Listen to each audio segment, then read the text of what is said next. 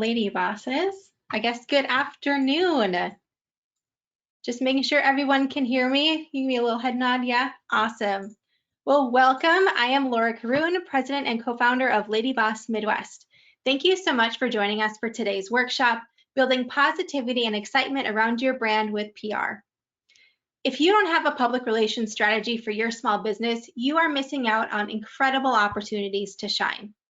PR expert Jessica is going to be here today with us at Ladyboss Midwest to help us take advantage of those opportunities. She's bringing her best tips and advice for boosting your visibility, stretching your marketing budget, and creating impactful relationships that do more than just create buzz, but actually build trust in your brand.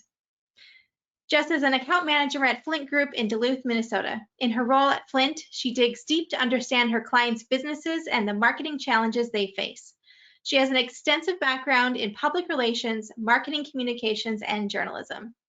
Jessica has leveraged her communications expertise to help promote professional organizations such as Education Minnesota, Duluth Builders Exchange, and Minneapolis Builders Exchange.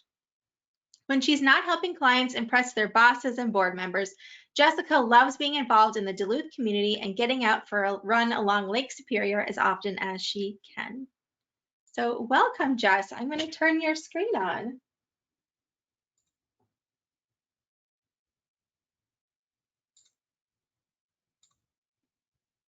Hello. Are you there? Can't hear you quite yet, Jess. There we go. Hello, everyone.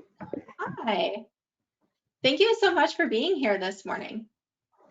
Well, I'm excited to be here, and I appreciate everyone taking time out of the lunch hour to join us. And so, since this is the lunch hour, I want to welcome everybody to enjoy their food while I talk to you. And I will go ahead and get right into some things. We've got, I think, a pretty fun presentation for you all. Hopefully, it'll be exciting and uplifting. And at the end, I'd like to take any questions too that you might have. So, Laura, I think will help me with those.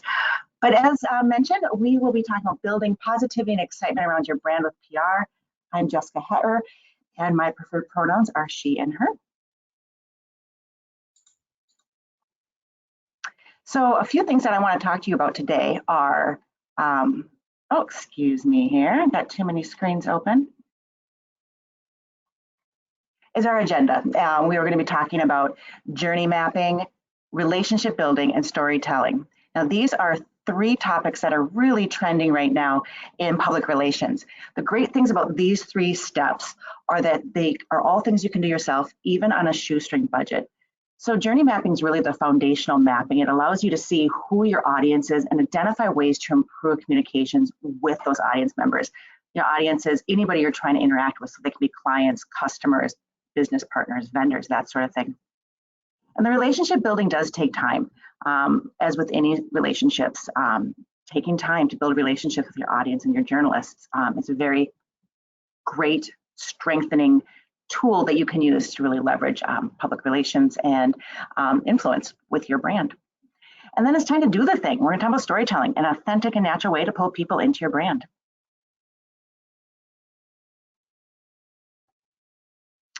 But first, though, make sure that we're all talking about the same thing. I would like to talk to you about what is PR. There's a misconception that public relations is just simply media relationships. But media relations is actually a tool of public relations. In fact, Merriam-Webster defines it as this. PR is the business of inducing the public to have an understanding for and goodwill towards a person, firm, or an institution.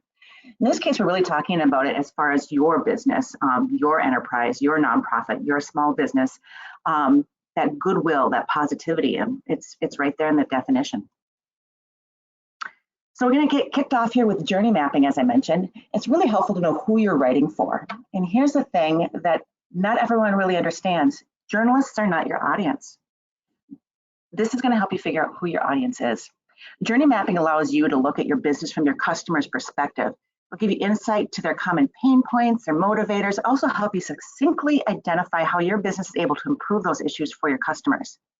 Those areas of improvement then become great places to build out your stories. So with any great journey, you need to start with following the path. The first step here is to identify your personas. Give that person a name, a gender, a job, hobby, income. Add enough detail so you can actually see who this customer, this persona is. And remember, you will have multiple personas. Then you want to list all the possible brand touch points and that you map that out. So for example, your website, your social channels, is there a sales team or an outreach team?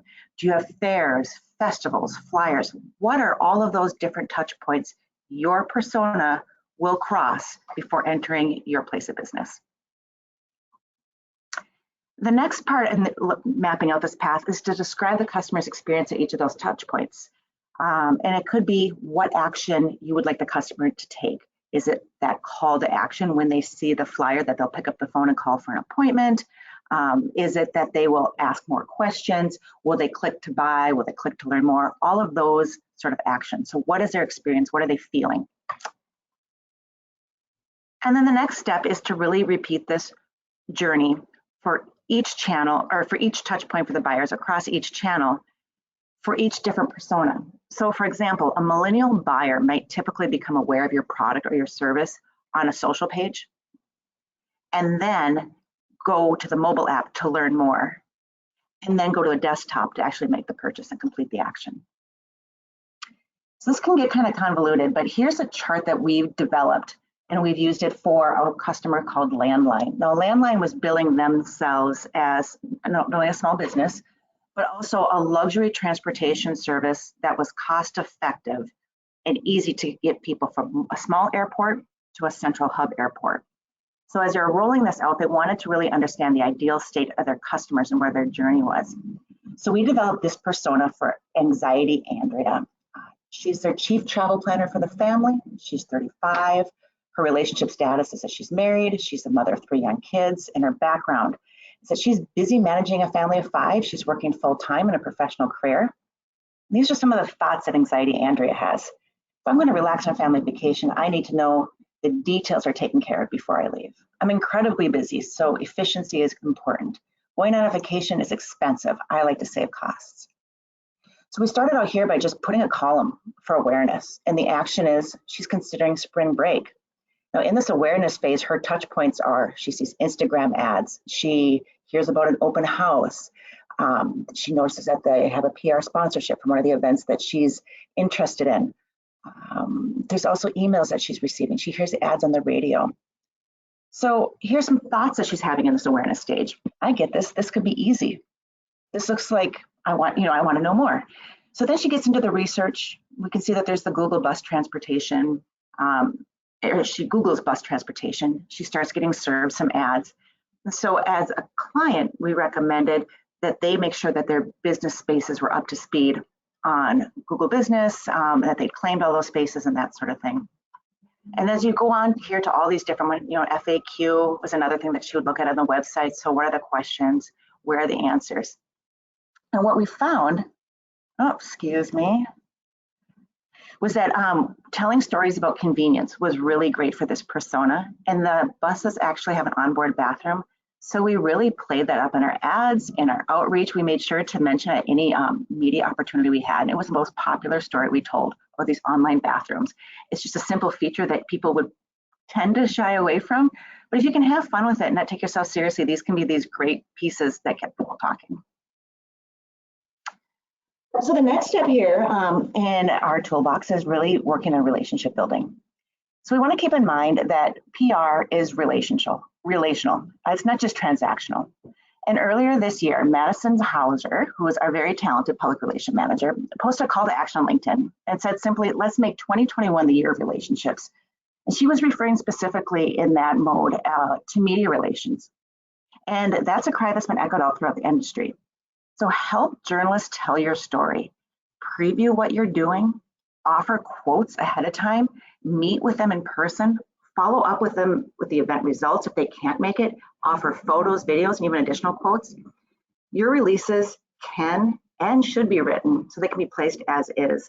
And I'm going to talk about this a little bit more when we get to making pitches, but journalists are incredibly busy right now, and the more information you can give them in a format that's ready to print, the easier you're making their job. the more likely it is that they will call on you the next time they need an expert. Another important piece that we're seeing, especially over the last 2 years, year and a half, 6 months, it just isn't a trend that's going away. It's the importance of volunteering and being part of the community. There's a lot of turmoil all over the country, our region, and we're finding that it does make a difference to be a good neighbor, and whatever that looks like in an authentic way for you and your brand. So get out and do some good. If you've got an afternoon off, is there something you can do? So if you're a small restaurant, could you use your off time to volunteer at the soup kitchen? If you have a small shop, is there, and you do craft jewelry, could you help out with a Boys and Girls Club activity? Help out at the public library? Can you do some readings? This sort of thing. And it doesn't have to be ongoing commitment. It could be different things throughout the year. It can change for quarter, but it does help if it ties back to something that is valuable to your brand. You know, it could be the Little League. Maybe you're a pizza place and you're built on your notoriety as an athlete. You know, sponsoring a sports team makes a lot of sense. Could be an animal shelter. Whatever it is, talk about it, and they'll be sharing that too and getting more words out about your brand. This is really a great way to build relationships with your audience and make friends with the media. Volunteer efforts are often really awesome ways to get photo ops.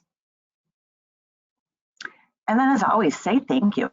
And in this way, we're saying show gratitude appreciation days for customers with special groups, with discounts, offers for a portion of the sales, for a nonprofit, even a roundup month. Pick a designated recipient. They'll definitely be talking about you. And last but not least, this is perhaps the easiest step I have in the deck today, is be chatty. Always follow up with comments on your posts, both the good and the negative. If you receive negative feedback in your social spaces, this is a really great opportunity to make it right. So I wanted to show you a couple ways that we've been doing these things. This is an event that we posted about earlier this summer. A bunch of Flintsters took part in it. There was lots of tags thanking both Flint for allowing the staff to take some time off to be involved. So shout out to the community partners. Remember, your employees are really great ambassadors. We also took a moment to really highlight one of our staff members, Ariel. She's been in a mentorship program with Morehead State University and really encouraging learning opportunities. And so we talked about that as well. It was an opportunity to mention what was going on with our partners. You can see here it was originally posted by Morehead State University, and then we shared that out. But I think this is probably one of my favorite posts from the summer of giving back and really volunteering and getting involved with the community. We supported the Navy Outreach Mission during Fargo Navy Week, and one of the nonprofits they supported was the Salvation Army. And we helped them partner with Joseph School of Hair Design to give out 44 haircuts in a day. So that's a tremendous amount of haircuts. These are definitely people who don't have the luxury of going to salons and stylists frequently. But in this particular case, the media really liked the story. You can see here in the bottom left corner, we're doing an interview here. There's our media outreach people and our staff member coordinating that. The Navy is seen here in their civilian or their work clothes, and then the haircuts were going on. Just a great, unexpected thing to see this partnership with hair design, the military, and the Salvation Army. I'd also like to show you about Taqueria. They are a new taco company, they're a taco restaurant that opened up in downtown Duluth earlier this spring, and they have made an art form out of giving back. They're reaching a variety of audiences, and they're highlighting each one each month. They've also started this, Care to Share. So Taco Tuesdays is their favorite day of the week. They spread the love with their Care to Share tacos. So you can buy it forward, a taco for somebody in need, and they'll match it. So I've got this board going up. Just a simple way to show it, and you can see here too, the post is pretty straightforward. You don't need any fancy graphics to show that you're doing good in the world, and these authentic looking images actually carry quite a bit of weight. And this is one of their, as I mentioned, give back to a designated recipient each month. And so for their nonprofit of the week, they chose a week. It was Thursday, July 8th, and they gave to Lincoln Park. This was highlighting children and families. They also did another shout out, and this was in June, eliminating racism and empowering women. So really great PR for those nonprofits. And in turn, it was great PR for them as a nonprofits were encouraging their clients and patrons and members to come out and get a taco to benefit them. And it also serves in another way to really help if you have this purpose. 91% of millennials will choose a socially responsible brand, and the cause doesn't matter. As I showed you in those last slides, there's a variety of causes, but what does matter is fairness. You can really get creative with this and help foster connections, and then use the fear of missing out to your advantage. This is a study that's a few years old now, but I love it. It's You by Kotex, and in 2016, New York State had a luxury tax on feminine products. Homeless shelters did not stock those products either. There's an outcry, this isn't fair. So You by Kotex partnered with DoSomething.org and kicked off Power to the Period for the first ever national period product donation drive. It got a lot of attention, so much so that it reached the governor's office, and in 2016, they repealed their pink tax as a result. Governor Cuomo said this is a regressive tax on an essential product that women have had to pay for far too long, and lifting it is a matter of social and economic justice. New York also became the first state that requires the disclosure of the ingredients in menstrual products. That same year, New York City Council approved a free tampon program claiming they're as essential as toilet paper. Now that's fair. So FYI, if you guys are asking, I looked at the map of our country. Minnesota does not have a pink tax. However, Wisconsin, North and South Dakota still do. So if this is something that you think is not fair, it might be something your brand wants to get behind too. This now brings me to step 3, storytelling. And this is something you're already naturally good at. This is your brand. You know your story origins. And I'll bet that a lot of you have already told this a lot. But now it's time to really refine that story in a way that is digestible for people who are not in your inner circle. So what we're seeing here with storytelling is really that creative storytelling. We don't want to see this as just another nuts and bolts story published in the paper of product, value, price point, that advertising sort of mentality. This is a way to really build your brand up to become relevant for the buyers. So it's the background of your offering or the cool factor. And really, this is the fun stuff. You think about it in these terms. Why does my customer need it, your service, your product? Subaru Cars, I think, is a really great example of this creative storytelling. They have positioned themselves so that in order to have a good outdoor adventure, you really do need to have a Subaru car to get you there. It's just a really great connection. Their car ads year over year, season over season, really seem to promote that. Rather than all the details that go into the car, it's like, enjoy the journey, have some fun, it's love. And also you want to ask yourself here is, how does your product or service add value? Amazon, of all people, or all companies right now, is now focusing on their employee stories and their meaningful careers at the fulfillment center, really personalizing who each of these individual line workers are. It then follows that shopping at Amazon helps keep these hardworking folks employed, and it is transitioning from being a large company corporate structure, which had the negative publicity of having a lot of waste and other spending and tax breaks that weren't really pleasing for a lot of the consumers. Now it almost feels as if you're supporting a local business because they're telling these personal stories of the people that are fulfilling these packages. So as a little primer, here's some questions to really get you started on how to develop the storytelling, because in the structured way, it may not feel as comfortable if you're the financial person behind your business or not necessarily the creative thinker or the person that positions their brand. That can seem daunting. So put yourself into the seat first. It's a little journaling exercise we like to do. But the first step is really to ask yourself, why should I read this story? So why is it interesting to you?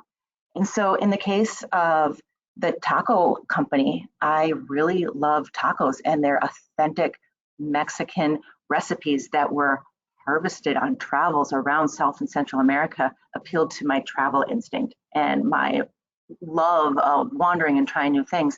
So hearing that story of that origin really got me excited about what was going on, and I wanted to go in there and try and get that little taste of adventure just down the street on my lunch break. Once you have that down, you need to ask yourself, why I need this product for myself? Like, what is missing that this solves for me? Is it genius? Is it just indulgence? Is it because I'm worth it? What does this product need for me? Why am I in the business of putting this product out there? How is this offering going to benefit my audience? Now, this is, turn the lens around. It's great for me. Why would others want to be part of this? And then what journey is my audience on? That's always important to know. And right now, I think it's important to really remember that these are difficult times. People are feeling different pressures that we hadn't felt 2 years ago, and to be mindful of that and not just think of it as a blip, but this is where we are at the moment. And in another quarter or 2 quarters, it's time to readjust and see where that journey has led to and what's going on. So what you're doing here is you're taking customers on a journey where A happens, which leads to B, and then eventually to C. And so when your post gets traction, and I'm thinking about this in small micro stories, when your posts get traction, then you can work that into your pitch to the news outlet. We're talking about this, people are really resonating, we've had these many likes and follows, we're doing this now, would you like to come? Because what journalists want for their readers is quality content.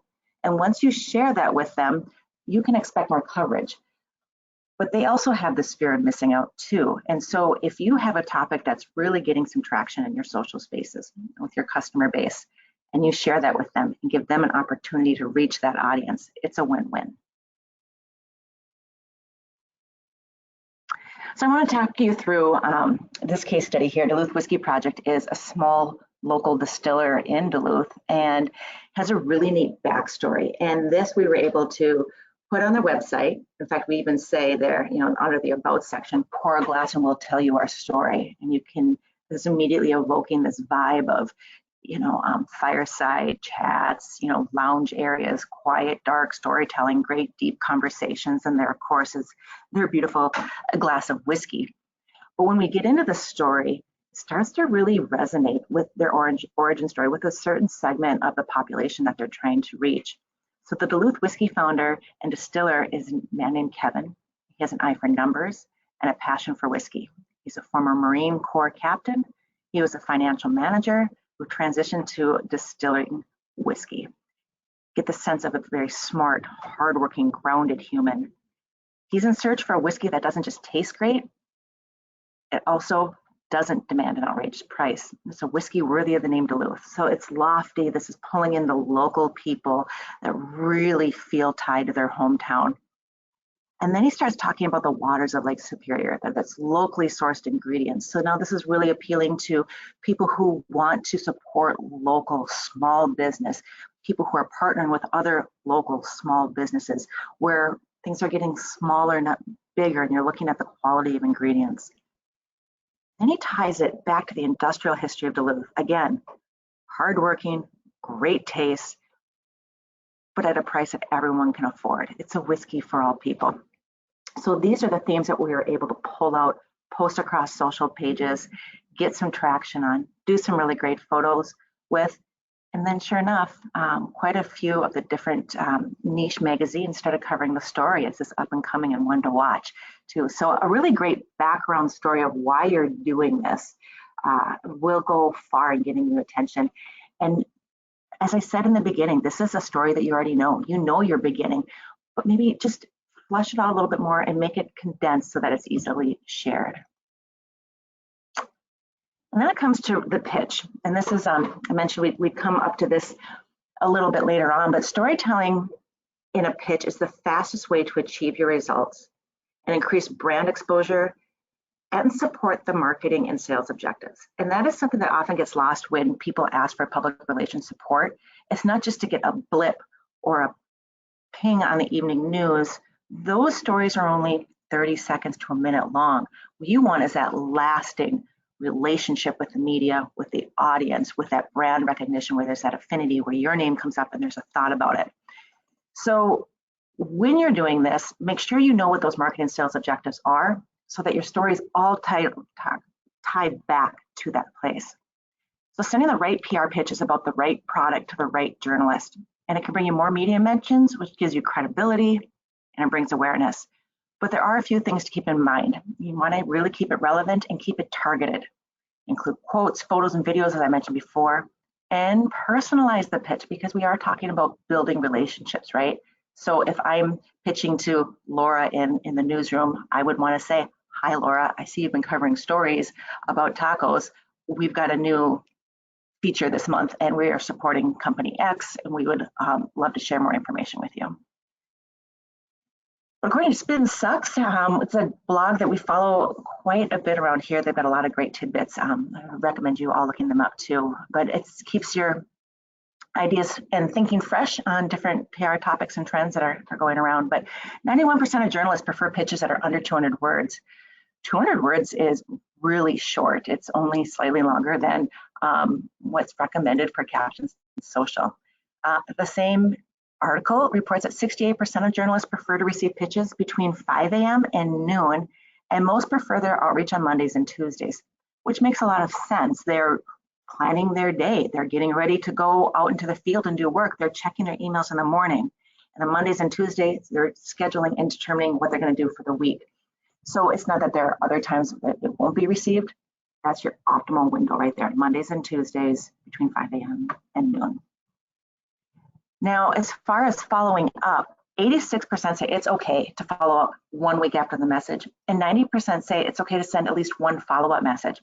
After that, the numbers, though, do dramatically drop off. So if they're not picking up this pitch, it doesn't mean don't try again. It just means this pitch isn't getting traction at this moment. It might become important to have a personal conversation with those journalists later on, again, in that relationship building, and say, what will help that story get picked up? What angles are they looking for? What content? Is it just a bad period of time? Are they short-staffed? Or do you have the wrong contact? And I put COVID-19 up here because I think this is really important to remember, that even though different regions are having different responses to the pandemic, it ebbs and flows, for journalists, this is still a hot and heavy topic. And it's a really tough time to pitch a story. According to Muck Rack, 94% of journalists say that that most or all of their reporting have pivoted to angles related to COVID-19, and nearly everyone, it was 98%. So they're doing more stories about COVID-19 and or health and wellness, and more stories about remote work and virtual communication. So something to keep in mind, if there's a way that you can tie whatever your story is that you want the media to cover to the pandemic and make it relevant, or health and wellness, or your ability to help with remote working or virtual communication or online learning and that sort of thing, that would be a good hook. And also know that this is a difficult time. And so give yourself some grace to try these tactics, and maybe instead of focusing your public relations strategy on media mentions right now, really focus on that relationship building part, your volunteering and seeding those relationships. So when there is more room in the daily coverage, you'll be front of mind and ready to go.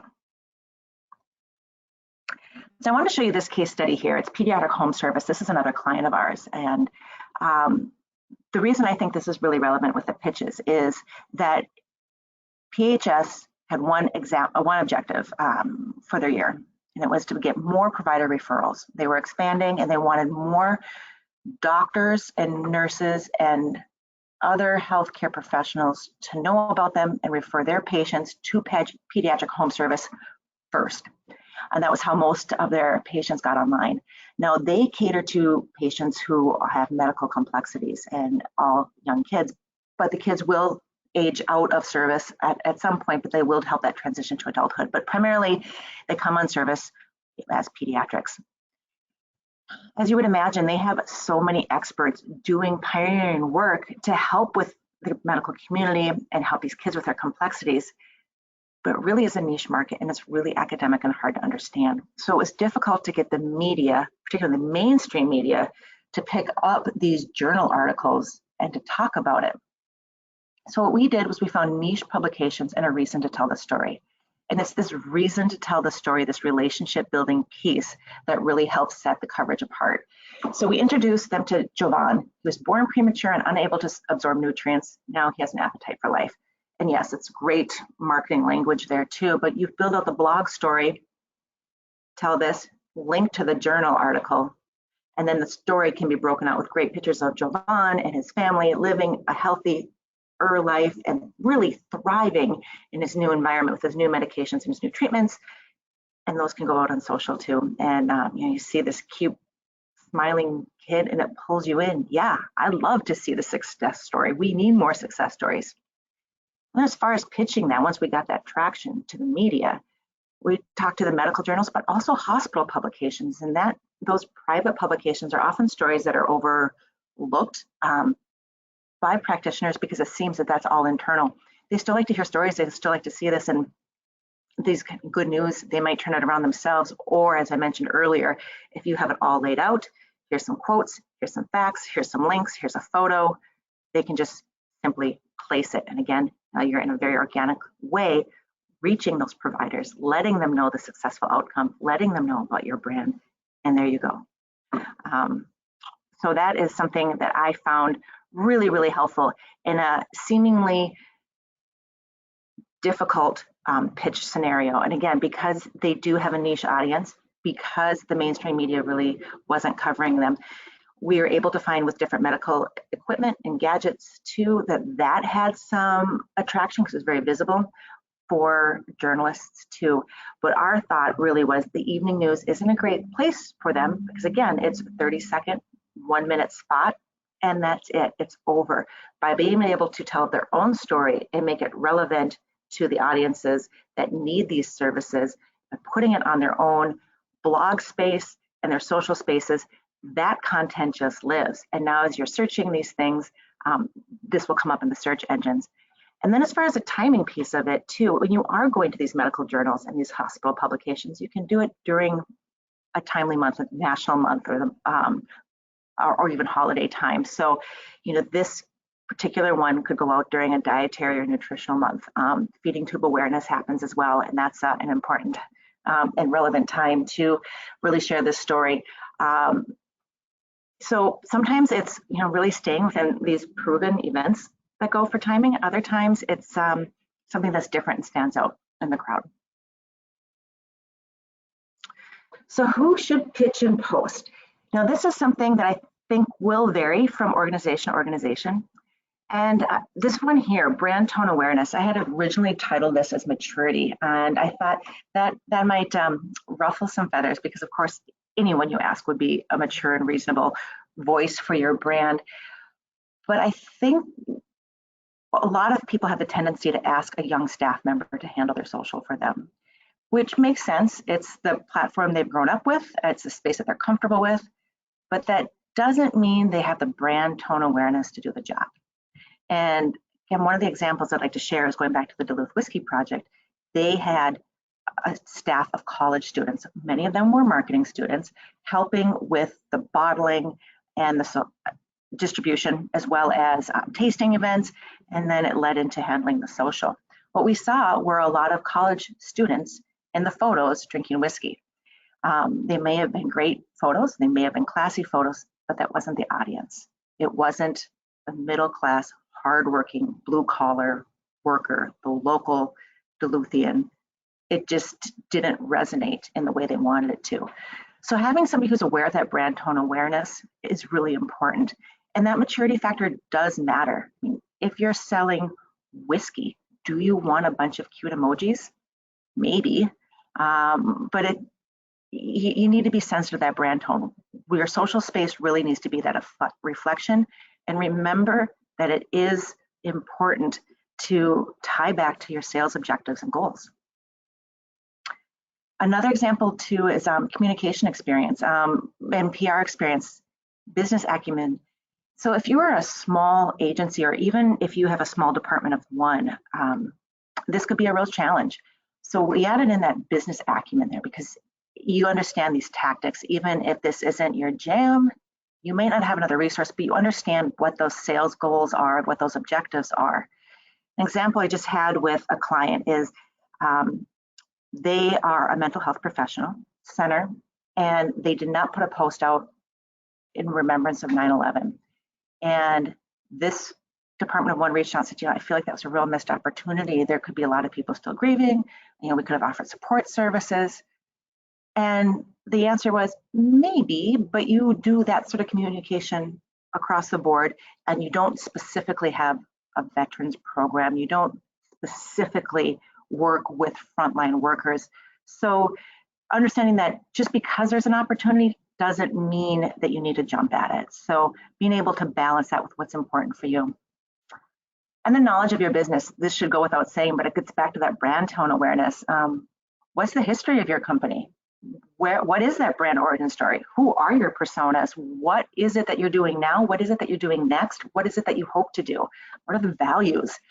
Having that deep knowledge is important. And as an owner, it's likely that you have that. As the head of a department, it's likely that you have that. And it's not difficult to share that, but it does take some time to do that. And then knowledge of your audience. This again goes back to that journey mapping that everyone will take part in and do, but knowing who you're talking to will help you make better decisions on which journalists you want to pitch to, which news outlets you want to pitch to, what region you want to pitch to, and also with posting, you know, do you want to boost a post? And if so, what does that targeted audience look like? So knowing those pieces will help save you a lot of time in the long run, because you're not just throwing darts and hoping for some traction. You are very strategically looking at who you want to hear your message and then delivering that message to them. So I believe I was talking a little faster than I expected to be. That is really the end of my wrap up, the trending tips for public relations and building positivity and excitement around your brand. You know, starting by identifying who your audiences are, journey mapping, really building those relationships, getting out, doing some good work, talking about that, and then the storytelling and finding out the best way to position yourself to those audiences and really celebrate the things that you're doing in the community. My name is Jessica Hehir. My pronouns are she and her, and I work at the Flint Group. If you have any questions, I'd love to take them from you now. You can also email me at jessica.hehir@flint-group.com, or you can find me on LinkedIn, jessicatally.hehir. I've also put together a handout for those of you that want to take a deeper dive into the media side of public relations. I know I glossed over that pretty quickly, but we do have a wrap-up of tools that we like to use and we found helpful. So I know Laura will be sending those out to you later today too. And that is it. I am all in for your success, and I'd love to answer your questions. Thank you so much, Jess. I was taking notes the whole time, so lots of great things to learn. I've got a few questions already, but if you have a question that you want Jess to ask, you can put that in that little question box that should be kind of on the right-hand side of your screen, and let me know. So first question right off. So do you just put together a persona or do journey mapping with each product or campaign that you're working on? You know, we do recommend this for new clients and new products or brand changing over, like so renaming, if they're going through a transition. The persona and the mapping really work well hand in hand. The persona development, though, I would prioritize first. You just need to know who your audience is. And this was something we had done in the newsroom as well, even for the morning newscast. Who's watching our news right now and what atmosphere are they in? So, for example, we had, I'll just call her Jessica. Jessica was a busy mom of 3. She's getting lunches made. She's helping her spouse. She's doing the things. The news is on in the background, and she's just kind of listening. And she's waiting for the weather to come up. And so the idea was, where should we place the weather so that's most relevant for Jessica? And it should be at the same time every day to make sure that she tunes in to get what she needs. Absolutely. So speaking of building relationships with journalists, and you said that releases should be ready to be placed just as is. So yeah. Should we be moving away from kind of the like, here's just the facts kind of press release and like jazz it up a little bit, or what do you think about that? Yes, I do. Absolutely. There is one exception to that. So first, I write all my news releases as a story that can absolutely be lifted off, cut and pasted and placed in there. I like to attach photos, make sure to include a quote from any stakeholder, because when you're reading a news article, that's what you see. Oftentimes I'll ghostwrite those quotes for busy people, and then always run it by them to make sure that that's okay. Sometimes they're not quite sure what your vision is, and they might want to adjust it a little bit once they see what the vision is, adjust it a little bit so it is in their own words and it does feel authentic to them. But then so that way, definitely after an event, I'd always follow up and say, sorry, we couldn't make it. Here's a recap of it. Basically, it's a recap of the first one, but written after the fact. This was the result. We had this many people in attendance. The sales were this, whatever that result was. Event photos are great to add in. Now, the exception would be an advisory. And so this would be that one where it's the 200 words or less. Heads up, we're doing a ribbon cutting and it's going to be on this day at this time. Here's the why. Here's what you can expect. We'll have interview opportunities, at this time. Please RSVP. So those would be just the facts, those sorts of advisories. All right. Well, I think that's super helpful. As someone, I've written quite a few press releases and I'm never quite sure what's the right tone to have. But knowing that, especially now, they want to be able to just take it and place it and have it sound good.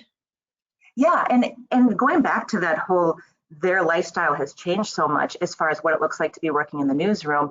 They are covering more stories with less staff. There have been huge layoffs, particularly in the print medium. So they are trying to get more stories out with less resources. So if you're able to say, here's a story that's ready to go, that allows them to do another story. Their news director, their editor sees that they've turned 2 stories and they've only had to work for 1. You've made them a hero. Their life is easier. That won't be forgotten. And that's that relationship building piece. You want the coverage. They want the stories. How can you work together to make everyone's life easier? That's the relationship piece. And as far as the tone that you mentioned there too, if you're sending it to the weekly paper or daily paper, there will be a different tone than the niche magazines.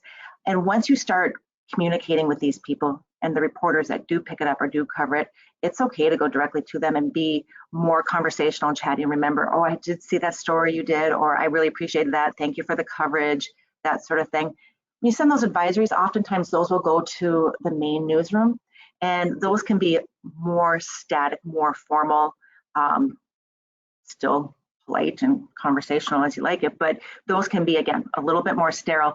But then go to your contacts and say, hey, just sent this to the general newsroom, wanted to give you a heads up. Hope we can see you there. If you're sending a colleague, please feel free to share my information. All right. So you also mentioned thanking your people, thanking your journalists. Is it okay to send them a little thank you gift or any swag, or is that frowned upon? That's not really a good best practice. No, not for getting media coverage. People love free things, but it does feel transactional, and that can leave a bad taste. Mm-hmm. So another question that came in is, what are your thoughts about publicly sharing sponsorships? Do you find this can ever seem disingenuous or like your brand is patting its own back? No, I really encourage that.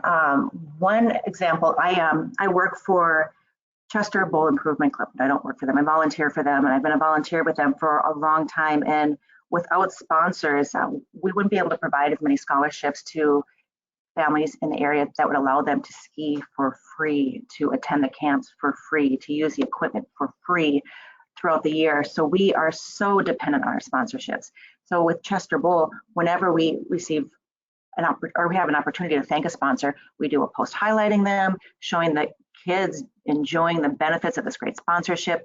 So that makes sense to us, that that's the way we thank and spread the good word.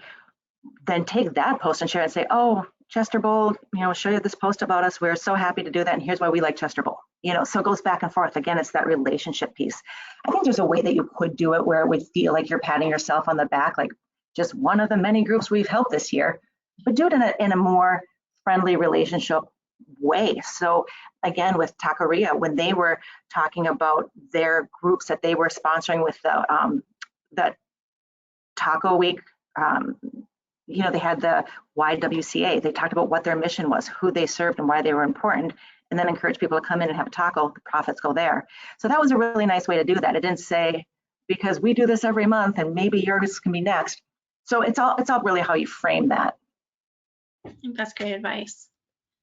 What is the best way to find contacts to send releases to? Let's say you don't have any of those relationships yet. Well, I'm so glad you asked, Laura. That worksheet that we put together that I believe you'll be sending out does have some tools that can help do that and really streamline and automate things for you. They usually are subscription based. And if that isn't something that you're interested in doing, it's outside the budget, good old-fashioned trolling the website is a great way to do that. So let's say you're looking at the newspaper that you read that you would like to cover. Go and see the About section. What does their newsroom look like? What do the reporters cover? They usually have their contact information there. And then just keep a spreadsheet. When it's time to set it out, you can also say, I've sent it to reporter A, B, and C. I did not have a mention this time. Last month they covered that, we'll try again. And so that'll help you with that. And if you are having a hard time finding those contacts, going to the newsroom and asking to speak to the assignment manager would be very helpful. You could tell them a little bit about yourself, ask them who they would recommend they reach out to or what the best way is to get in contact to share more information. Awesome. Yeah, so with relationship building, it takes time, but it's worth it. It really is worth it. Even just those initial phone calls out there to introduce yourself before sending a release is helpful because now they know that you're legitimate too, and they're expecting it. There's some familiarity there. How often should you be sending information to journalists? Yeah, that'll depend a lot. If you are talking to a niche publication that is a monthly publication, sending them weekly updates or announcements isn't great. And I think you need to ask yourself, what kind of updates are you sending? And this goes back to that storytelling. Why would I want to read this story? So another customer we had, they were rebranded, and it was the year before their 60th anniversary, it's their 59th anniversary. So they thought they should delay their rebranding launch for a year so they could tie it into their 60th anniversary and have the launch date be with their founding date. I said, people are excited about a rebranding and a new name. Patients and clients want to know what this change means. Vendors need to know for practical reasons. But the people that are excited about the 60th anniversary are the people that work there. So sending a release on the 60th anniversary didn't seem important as compared to sending the release on the rebranding and what this means for the community. So we kept the rebranding on the timeline on the 59th year and did the rebranding as its own separate thing, gave it its own due. And the intention for the 60th anniversary is really not to do anything public with it. That is a story that's important to the employees. It's important to leadership. It's important to the board. It's a really internal audience. So the suggestion there is for that positivity and relationship building is to have a fun party or a week-long events or a month of celebration that's internal. And they could have food days and theme days or swag, or maybe they have their commemorative shirts or mugs or something like that. Employees will talk about it. Your employees, as I mentioned, are your best ambassadors, and those pieces of information going out on social will be more widely noticed and respected as authentic communication rather than that patting yourself on the back. It's like, oh, I work for a heritage firm. They've been here for 60 years. That's great. But a journalist isn't going to get excited about a 60th anniversary. I hope that makes sense. And if not, please ask a follow-up question on that. Yeah, definitely. I feel like for me, sometimes I don't want to take advantage or be like, oh, well, this person posted something or they wrote an article on us. And you don't want to be like, well, let's just keep sending them all kinds of stuff. But, if they are interesting stories and feel new and are interesting to the community, so might as well send them and they can choose whether or not to publish. Absolutely. And if you know that you have a week-long event series coming up, so I mentioned Navy Week, they had 90 events in a week. And so we sent them, the journalists, a heads up a month ahead of time, a week ahead of time, and then with a schedule of events. And then each day we said, these are the events for the day. And then in the evening, these are the events that happened. and here's some images, and here's where you can find more information. So just consolidating that too, or letting them know ahead of time, there's going to be a lot coming your way. Here's the broad strokes, more details to come. Reach out in advance if you'd like more. So that way too, it's just, again, respectful, that whole communication piece. So they're not, why are we getting so many this week? Like, oh, that's the why. There's a larger thing happening. Wonderful. Well, thank you so much, Jess, for joining us today. And thank you to everybody who joined us virtually. After this workshop, we'll be sending you an email with a link to the replay of the event and Jessica's PR Toolkit Essentials list that she put together. If you have a small business and you're looking for some help with marketing, Ladyboss Creative is here to help. We'll combine your unique vision and goals with our creative strategy and marketing expertise to create a digital presence that resonates with your mission and audience. Through our strategic partnerships with Flint Group and Super Studio and our women-led team of marketing experts, we're so excited to offer support for businesses like yours. We believe in women entrepreneurs, and we're ready to help your amazing business idea get launched, help you refresh your brand, or give your social media the boost it needs. If you need a logo, a social media strategy, or even a website, we're here for you. All attendees of today's workshop are going to receive $100 off our social media jumpstart package, which includes a discovery session, social media consultation, and social media content creation. So if you want to learn more about that, you can check that out at ladybossmidwest.com/creative. And if you think we'd be a good fit, then drop us a line. I know that we would love to work with you.